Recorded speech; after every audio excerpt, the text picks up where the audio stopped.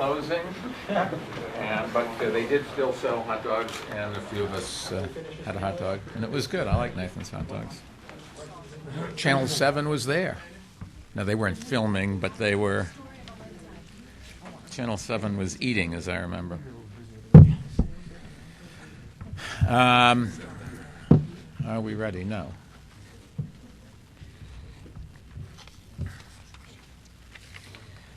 Well, good afternoon. We are here in the city's emergency command center, and we'll be staffed around the clock throughout the storm as we direct the city's response to this emergency. This afternoon's update will first focus on the ongoing evacuation of residents of NYCHA facilities, and then we'll talk about some other issues. But I did want to first say all of the forecasts are basically the same. The storm is headed in this direction. Slightly east, slightly west, slightly stronger, slightly weaker. But this is a storm where if you're in the wrong place at the wrong time, it can be fatal. There will be very high winds, no matter whether they're categorized as a tropical storm or a Category 1, 2, 3, 37 hurricane, whatever it is. There's a lot of blowing debris. Tree limbs come down, and water gets into places that can cause electrical shorts. It is dangerous out there, and the thing that makes the most sense for everybody is to first comply with the mandatory evacuation. It's done because you may be in danger, but as importantly, if, God forbid, you needed some emergency services, our first responders would have to put their lives in jeopardy to get to you and to provide the service, and we're worried that in some cases we just may not be able to get there, and you never know when you are going to need a doctor or something like that. So the storm continues on track. We don't have any other updates. Winds will pick up as you go through the afternoon. The reason that you have rain and then no rain, rain and then no rain is the way a hurricane works. There are these bands of rain that surround it, and when you're between them, you think there's no storm, and when you're under one of them, you get a lot of rain. But we're nowhere near yet the really heavy winds. Those will come in something about 9 o'clock tonight. And the place of the time when you're likely to have flood damage of just literally water all of a sudden pouring over the side of the bulkhead is something like 8 tomorrow morning. The winds are scheduled to subside late tomorrow afternoon, and then we're going to have a whole separate set of issues of how we clean up, and mass transit tries to get back, which probably is not going to happen until well into the day on Monday. So Monday morning is going to be a mess in terms of a commute. But our concern is saving lives. Our concern is making sure that the only thing that comes out of this is inconvenience and maybe a little bit of property damage. We don't need people to die. Unfortunately, I was told about somebody who fell off a ladder earlier when they were trying to board up their house. They haven't died yet, but seriously injured and may in fact be fatal. Now, things happen all the time, but we can take some steps and to try to minimize the damage and prevent as many as we can. We also are going to talk a little bit about power and the possibility of electricity being shut off in some areas. Kevin Burke from Coney is going to help us with that. But remember, we're asking buildings to shut off their elevators, certainly doing that in NYCHA. We just don't need people stuck in elevators. And if the power goes out while you're in the elevator, we're going to have to not find out about it, which sometimes is hard to do, and then get the fire department there. And the fire department should be standing by for real emergencies. And so if you haven't evacuated yet, you still have time to do it. There is no mass transit available, but we have buses at NYCHA facilities. You can hail a cop car. Some of the taxis are working. Maybe some friendly motorists will give you a ride, or you can just walk.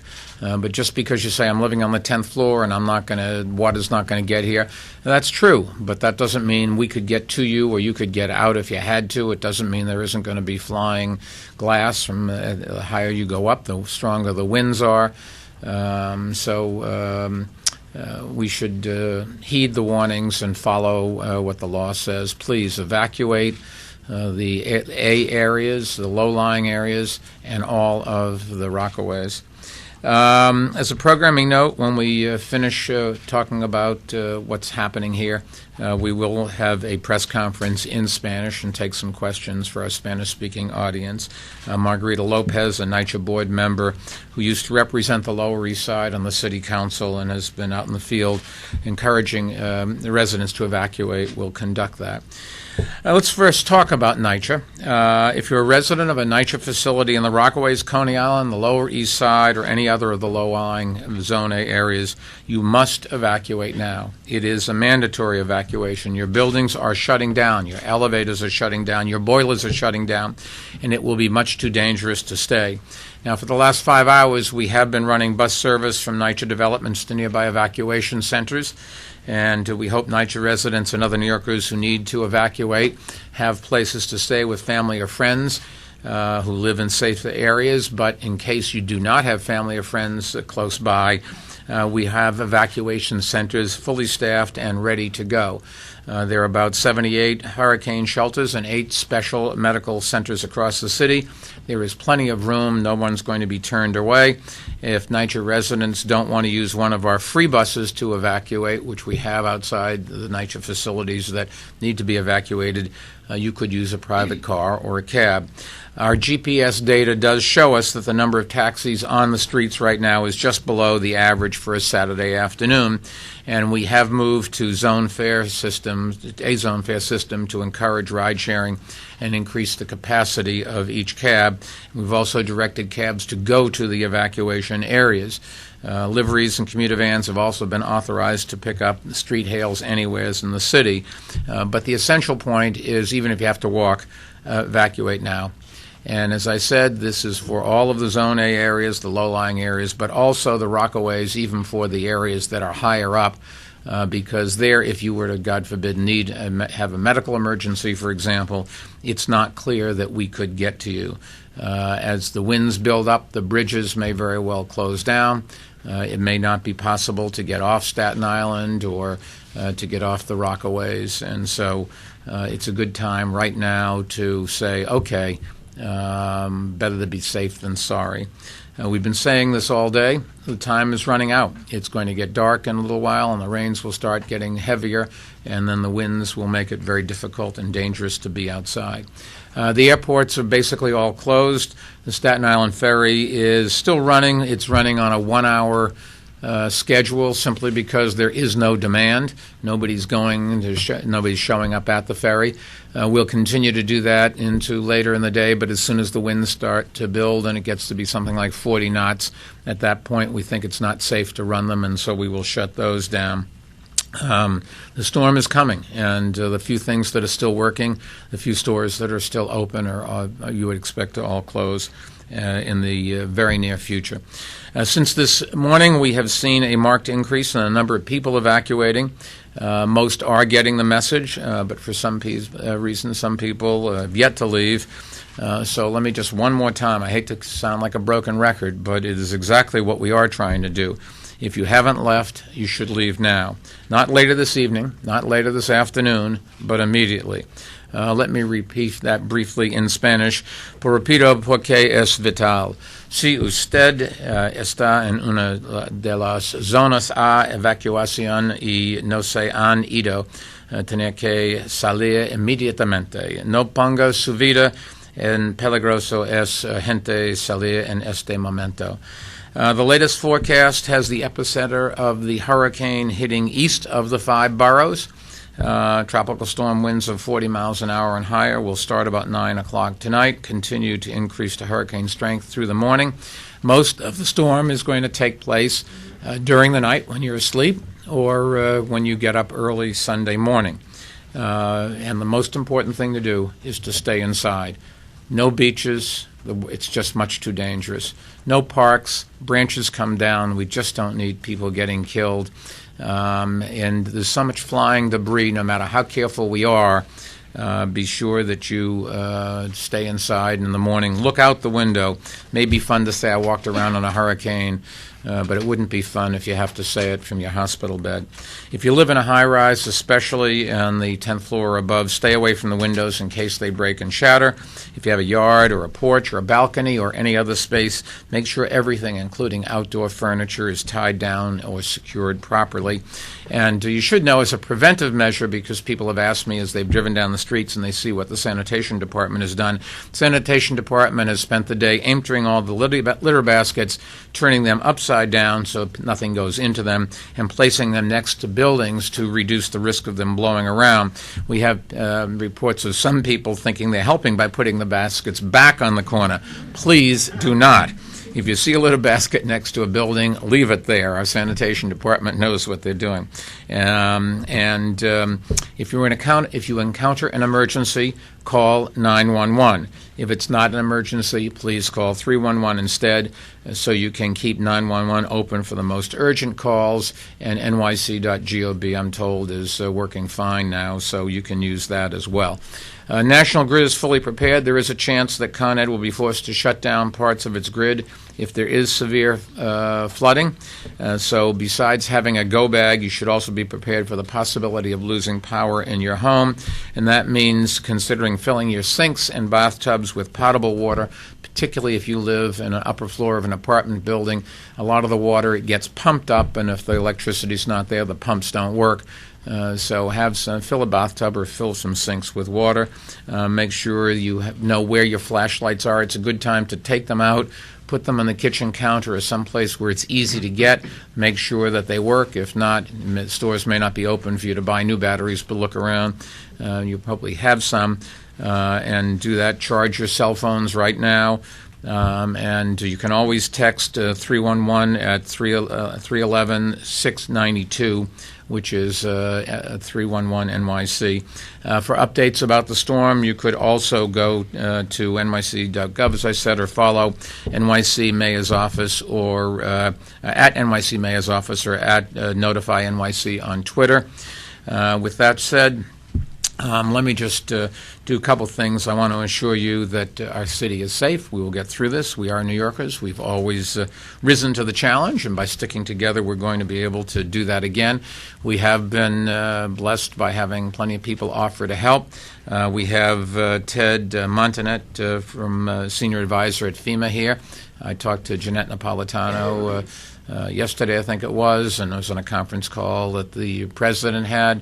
Federal government's offered us anything we need. I think we're in good shape, but it's nice to know that they're there. And the state, the same thing. I've talked to the governor yesterday at length. Today we had the Lieutenant Governor, Bob Duffy, here for a good part of the day. And from the governor's senior staff, Larry Schwartz and Liz Glazer. Liz has been with us every day for the last few days, and Larry has been here all day long.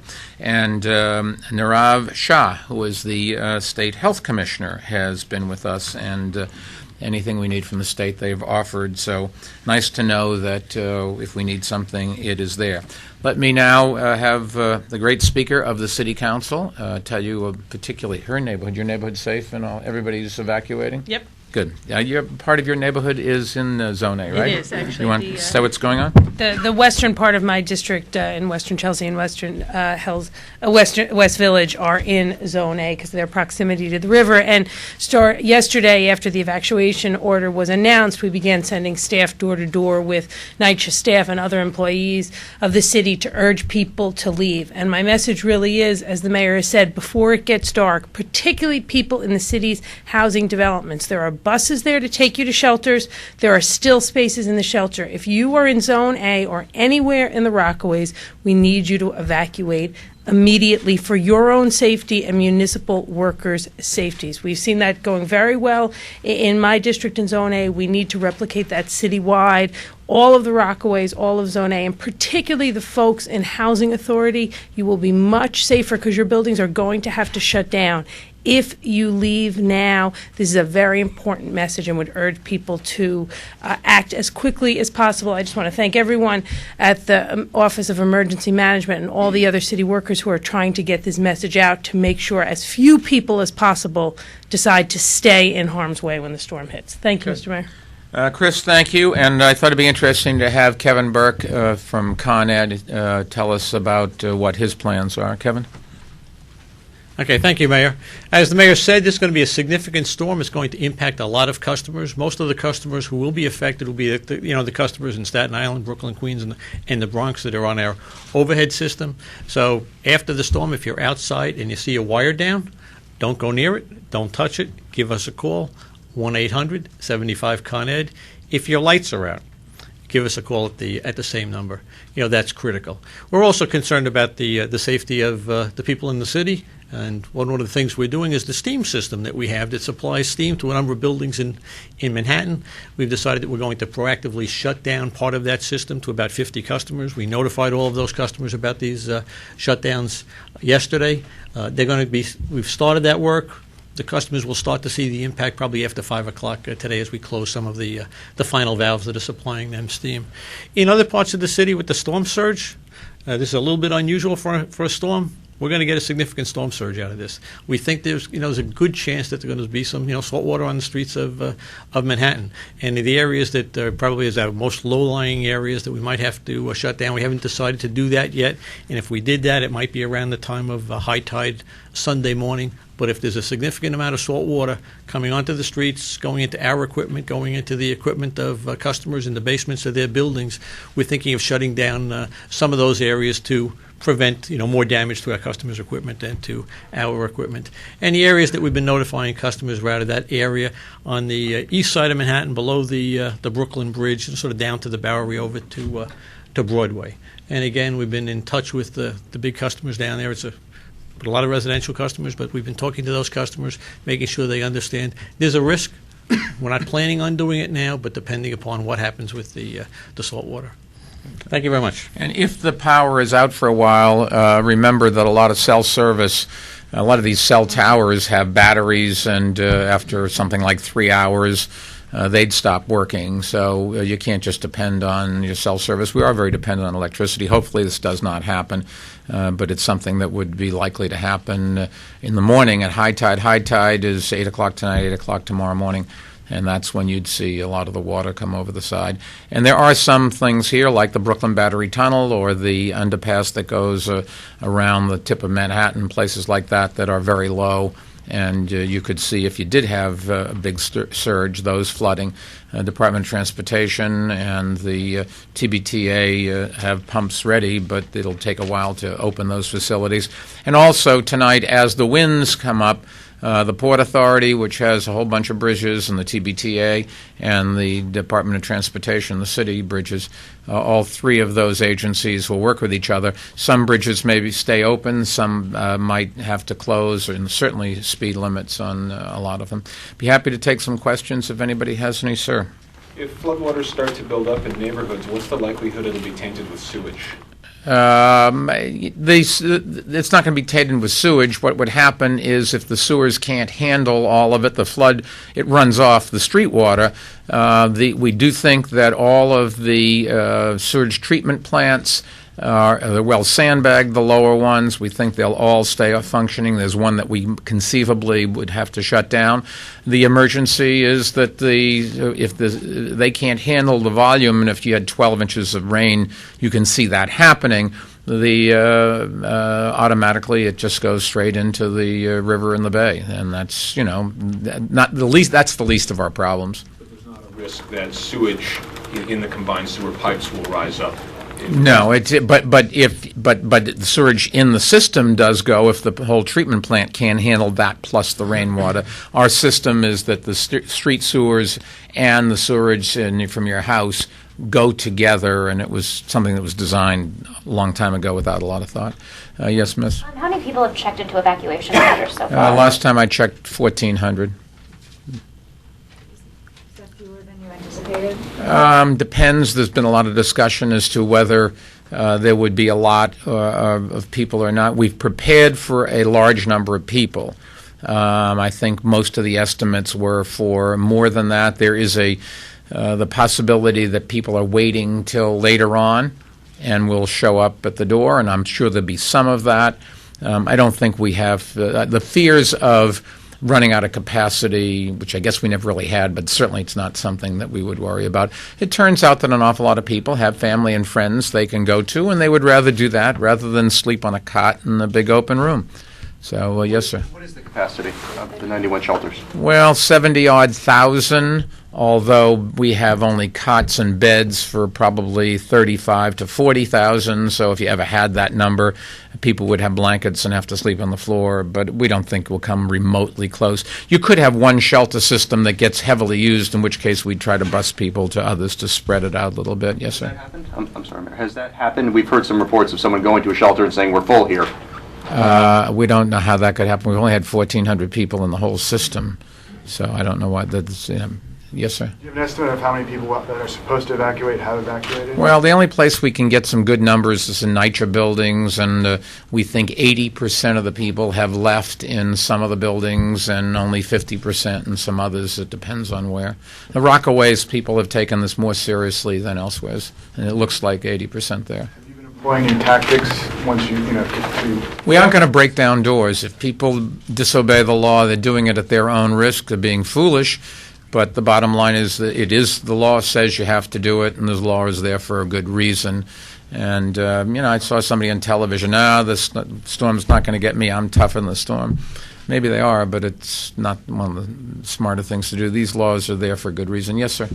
How will the evacuees be returned to their homes, and how will identities of these people be confirmed? And also, what are the best and worst case scenarios for the reopening of the subway? Jay Walden is not here. He's worrying about getting ready for a reopening, but I think it all depends on how much damage is done from the surge. The surge of water is what the problem is. If the tunnels get flooded, they have to then go in, pump them out, and then they've got to bring in fresh water and wash them down, and then they've got to dry them out, and then they've got to get the signals going again. And a lot of subway trains are stored in the tunnels, not those that they think would flood. The biggest problem they have is overhead lines on Metro North and Long Island Railroad, or Metro North I think has one, I think Long Island Railroad has overhead lines.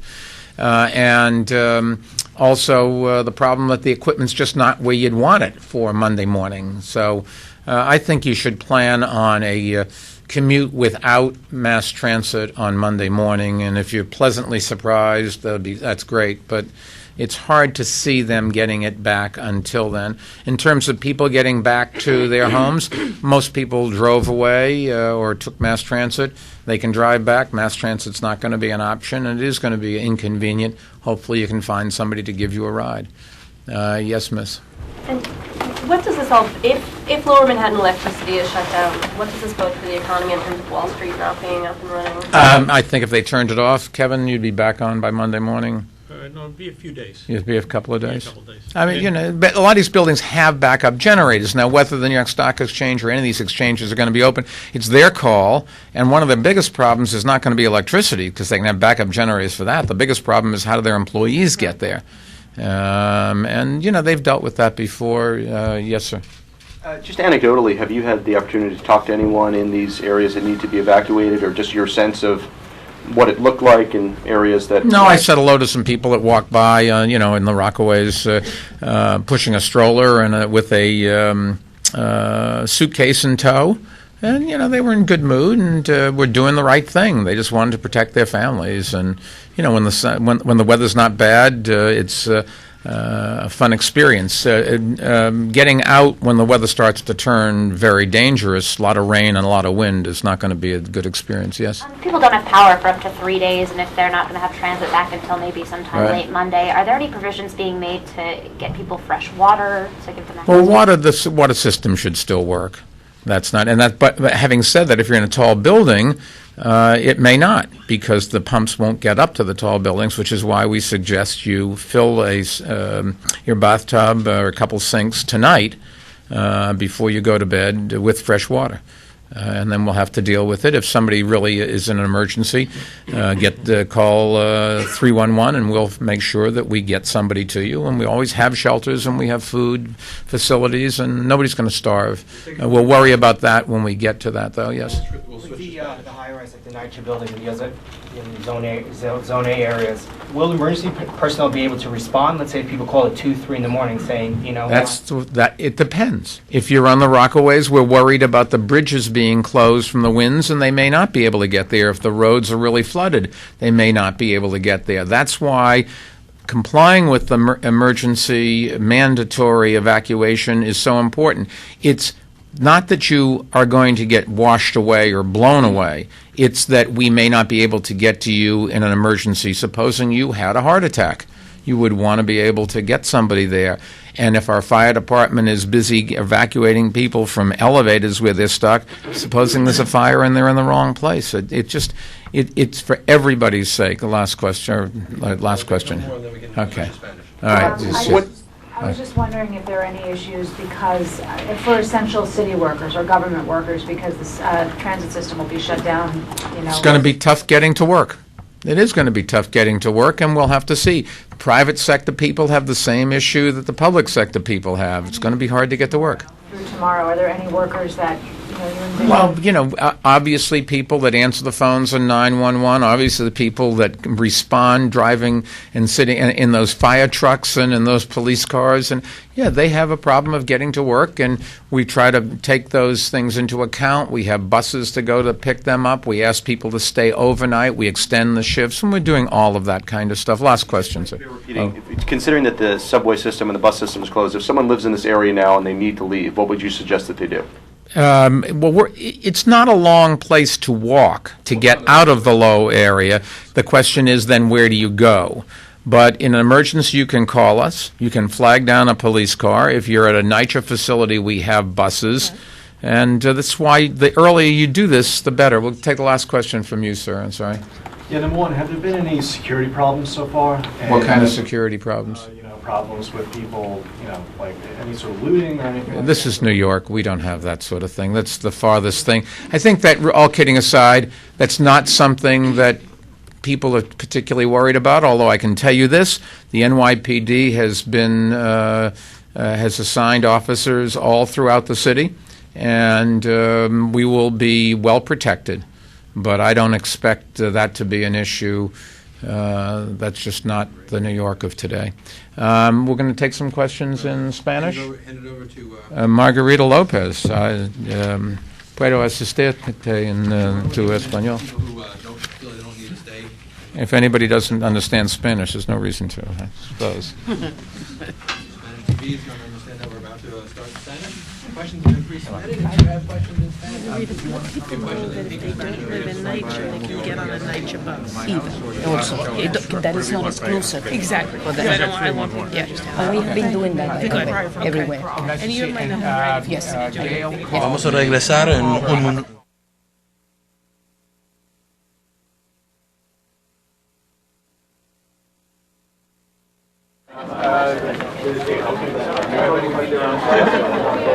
I know.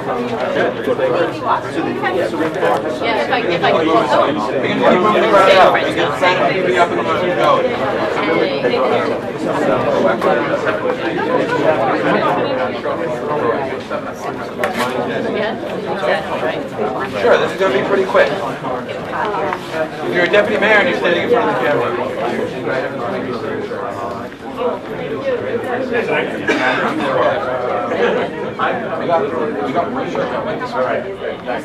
All right. Estoy listo. ¿Listo? ¿Tu pregunta?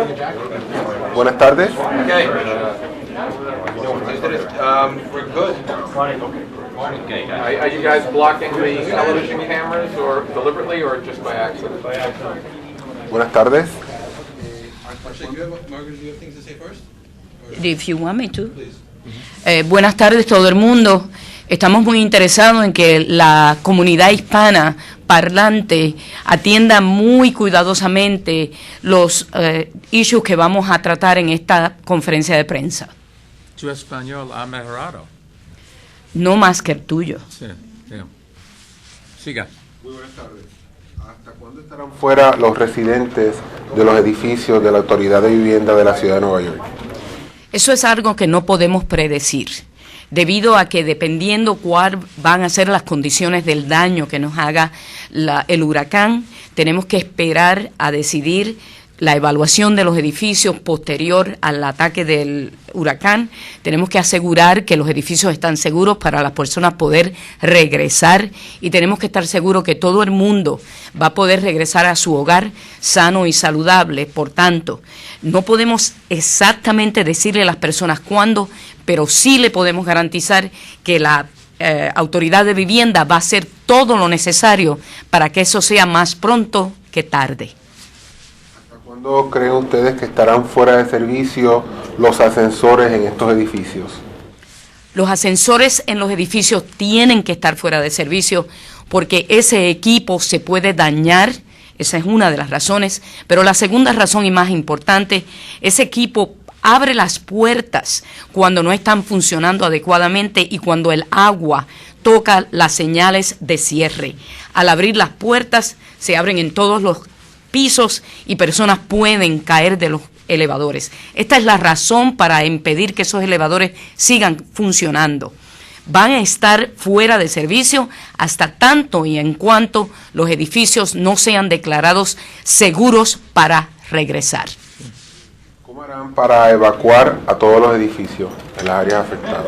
Hemos puesto una campaña en lugar hace 3 días. La Autoridad de Vivienda, en conjunto con la oficina del alcalde, ha ido puerta por puerta en todos los apartamentos que nosotros somos responsables, en todas las áreas donde el agua puede entrar. Eso incluye Manhattan, Brooklyn y Queens. Hemos tocado no una vez, no 2 veces, pero 3 veces consecutivamente en diferentes días para que las personas salgan de sus casas y entiendan que es peligroso quedarse. Hemos puesto información debajo de las puertas. Hemos estado en las calles distribuyendo comunicación a las personas para que entiendan lo peligroso que es no salir de estos edificios y ir a los shelters que les estamos proveyendo. Esos lugares son seguros. Los hogares de ustedes no son en este momento seguros. Como hemos tenido información de refugios que están a capacidad, ¿qué deben hacer las personas si cuando llegan no hay lugar en el refugio? Primeramente, el alcalde acaba de mencionar que los refugios no están llenos. Tenemos capacidad absolutamente de más. En estos momentos solamente tenemos 1.400 personas y tenemos capacidad para más de 35.000 personas. Así que yo no sé de dónde está saliendo esa información. Como el alcalde dijo, los shelters en estos momentos tienen capacidad. Así que no hay ninguna razón para que alguien piense que no hay espacio. Pero si tiene algún problema, 311.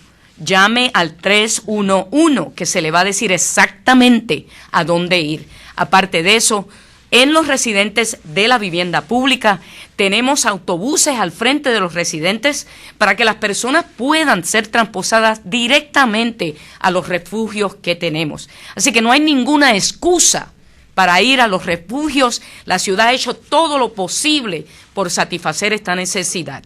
Lo que no está ocurriendo es que nuestros residentes masivamente no están saliendo de los apartamentos y yéndose a los refugios. ¿Cómo ha visto que los neoyorquinos están tomando esta evacuación? ¿La están tomando en serio? ¿Qué le diría usted a las personas que están diciendo que no se van a mover a los refugios? NYCHA ha puesto 1.400 empleados nuestros en la calle para notificarle a las personas lo peligroso que es quedarse en esos apartamentos. El issue de quedarse en los apartamentos no es el viento que sopla. Los edificios no se van a caer. NYCHA tiene 75 años y va a durar 75 años más. No se van a caer. Ese no es el problema. El problema es que no va a haber agua, el problema es que no van a haber elevadores, el problema es que no va a haber electricidad. Y si usted se enferma, no va a haber posibilidad de sacarlo de allí. En estos momentos yo voy a hacer un llamado especial a la comunidad hispanoparlante. Estamos teniendo un problema con nuestra comunidad. Ellos creen que porque han visto huracanes en sus países, que este huracán es lo mismo. Ellos creen que porque en el pasado han estado 5, 6, 7 veces en estas situaciones, que ellos no tienen que irse de los edificios. Esto es Nueva York. Esto no es nuestros países. Aquí es diferente como estos huracanes atacan. Le voy a pedir de lo más profundo de mi corazón a la comunidad hispana, por favor, salte de los apartamentos, vete al refugio. Llévate a sus hijos, a tu esposa, a tu mamá, a toda tu familia. Vas a estar más seguro en el refugio que lo que vas a estar en nuestros apartamentos. Hazlo por ellos si no lo haces por ti mismo. Gracias. Quiero presentar tu jefe. Sí, pero tú eres mi jefe. Sí. Yeah. Ok. Mi jefe, el chairman de la Autoridad de la Vivienda, John Ria. Sí. Muchas gracias. El huracán es muy peligroso. Es serio. Good job.